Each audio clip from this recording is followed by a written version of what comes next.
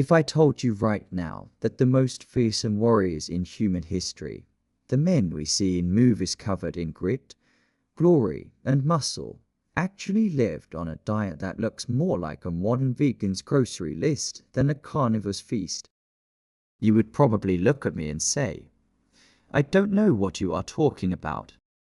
And honestly, I wouldn't blame you at all. I thought the exact same thing until I started digging into the dusty, forgotten corners of history for our very first journey here at the Timeless Table. I am beyond excited to have you here with me today, because we are about to pull back the curtain on a world that is so much more colorful, strange, and surprisingly delicious than the dry history books ever let on. You have to imagine this. The roar of 50,000 people screaming for blood, the hot dust of the Roman arena stinging your eyes, and the sheer, raw power of the men standing in the center of it all. We have always been told that these titans, the gladiators, were the ultimate meat-eating predators of the ancient world. I mean, it makes sense, right? If you're fighting for your life against a lion or a fellow warrior, you'd want a massive steak and a heavy goblet of wine to keep your strength up. But the truth is so much more fascinating, and honestly, it completely flips everything we thought we knew about the Roman Empire on its head.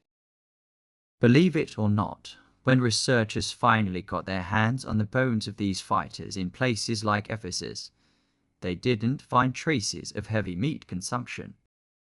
Instead, they discovered that these legendary warriors were almost entirely vegetarian. I was absolutely floored when I first read this. They were nicknamed Hordearii, which literally translates to Barley Men.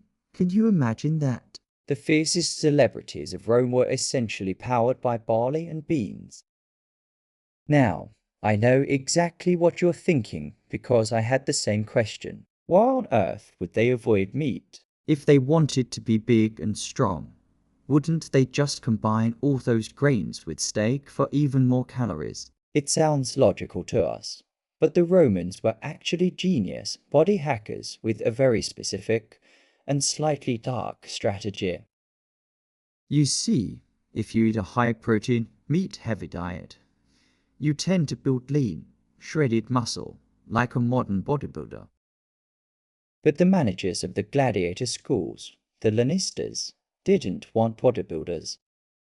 They wanted tanks. By feeding them massive amounts of barley and beans, they ensured these warriors developed a thick layer of subcutaneous fat over their muscles. They weren't eating grains because they were poor or because Rome was running out of meat. They were doing it to survive the arena. They wanted a specific, thick layer of fat over their muscles.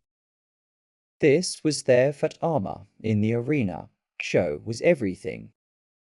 If a gladiator was too lean and got hit by a sword, the blade would immediately hit a muscle or a major artery, ending the fight instantly. That's a bad investment, but a layer of fat allowed for those superficial, gory wounds that the crowd love. A gladiator could get a terrifying 5-inch gash across his stomach that looked absolutely brutal, but because of that fat, the blade never reached his vital organs. He could keep fighting, the crowd got their blood, and the owner didn't lose his expensive star. It's such a gritty, practical way of looking at the human body, isn't it? And it gets even crazier. I really want you to picture their post-workout routine, because this part sounds like something out of a strange fantasy novel. They didn't have protein shakes or modern electrolytes to help them recover. Instead, after a brutal day of training or fighting, they drank a tonic made from charred wood ashes. Yes, you heard that right, ashes. When I first stumbled upon this data, I thought it was a mistake, but it's real. This was their version of a recovery drink. The ash provided a massive dose of calcium and magnesium to strengthen their bones and help them recover from fractures. It's like they had this intuitive understanding of chemistry long before the periodic table ever existed. I find that absolutely beautiful. The way humans have always found ways to heal themselves with what the earth provides, even if it meant drinking the remains of a campfire. There was also a huge economic side to this. These schools were businesses, sometimes managing hundreds of fighters at once. Feeding that many men high-quality meat every day would have been a financial nightmare. Barley and legumes were the superfoods of the ancient world, cheap, easy to store, and incredibly effective at packing weight onto a human being quickly. But it wasn't just about saving money. It was about bone chemistry. When researchers analyzed gladiator bones, they found extremely high levels of strontium. Because they ate a nearly exclusive plant-based diet, their bodies absorbed these minerals differently. When they combined this with their post-workout routine, they were essentially building armored skeletons. That ash drink provided a massive calcium boost, making their bones incredibly dense, so they could withstand the blunt force trauma of clubs and maces. I want us to really dive deep into the kitchen of a gladiator school, the luders.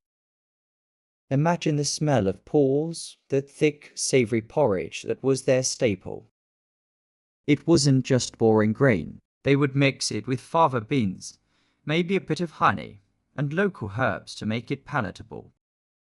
It was dense, it was heavy, and it was the fuel for legends. We are all learning here, and honestly, every time I dig into these archives, I feel like a kid discovering a secret room in a house I've lived in my whole life. There is so much more to the Barley Men than just their diet. There's the philosophy of the arena, the social stigma of being a celebrity slave, and the incredible discipline it took to live that life. I am so curious to hear what you think about this. Does this change how you look at those epic movie battles? Or maybe you have some additional data or a different perspective on Roman nutrition that I missed. Please, jump into the comments and let's talk about it. I love it when you guys share your thoughts because we're building this community together, and your insights make these stories so much richer. We are a community of history detectives, and I want to know what's on your mind. Is there a myth you've always heard that you want us to bust next?